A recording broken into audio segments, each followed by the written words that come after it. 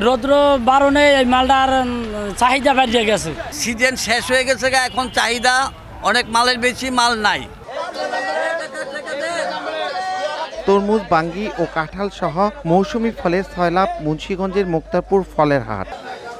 চলছে ধুম বেচাকেনা। নিলাম ডাকে পছন্দের লট কিনে নিচ্ছেন পাইকাররা। তবে সপ্তাহের ব্যবধানে দাম দ্বিগুণ হয়ে 2 কেজি ওজনের তরমুজ 100 টাকা ও 10 কেজি ওজনের বড় তরমুজ 500 টাকায় বিক্রি হচ্ছে। আর 2 কেজি ওজনের বাঙ্গি 60 থেকে 70 টাকা ও 4 কেজি ওজনের বাঙ্গি 150 থেকে 160 টাকায় বিক্রি হচ্ছে।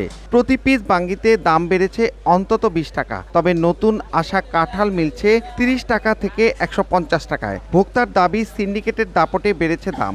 রৌদ্র বারণে এই মালটার চাহিদা বেড়ে গেছে, দামও বেশি, চাহিদাও বেড়ে গেছে। সিজন শেষ হয়ে গেছে, এখন চাহিদা অনেক, মালের বেশি, মাল নাই।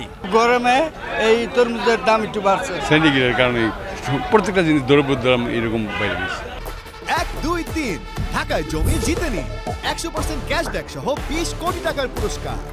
এদিকে সিন্ডিকেটের কথা অস্বীকার করে আড়তদাররা বলছেন সরবরাহের চেয়ে চাহিদা বেশি থাকায় দর বেশি। সিজন শেষ, বুঝলেন, তরমুজ নাই, বরিশাল শেষ, বরগুনা শেষ, অনেক খুলনা আছে, অনেক খুলনাটার একটু দাম বেশি, এর লেগে সরবরাহ কম, অনেক চাহিদা বেশি।